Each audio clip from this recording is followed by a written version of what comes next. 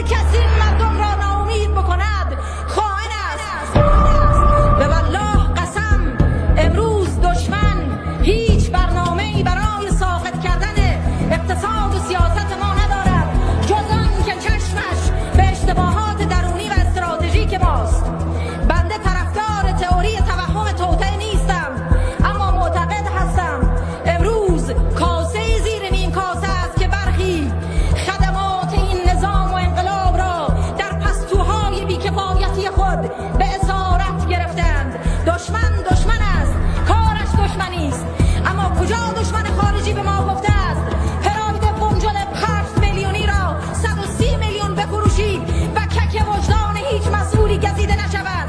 کجا دشمن خارجی به ما گفته است که فرزندان برخی از مسئولین رده بالای این مملکت به مراکز جاسوس پروری انگلیس و آمریکا و کانادا بروند، سبک زندگیشان عوض بشود، باورهایشان عوض بشود و بعد به عنوان سفیران دشمن برگردند و دوباره با رنت پدرانشان در مصادر سیاسی و اقتصادی این سرزمین جا خوش بکنند؟ کجا دشمن خارجی به ما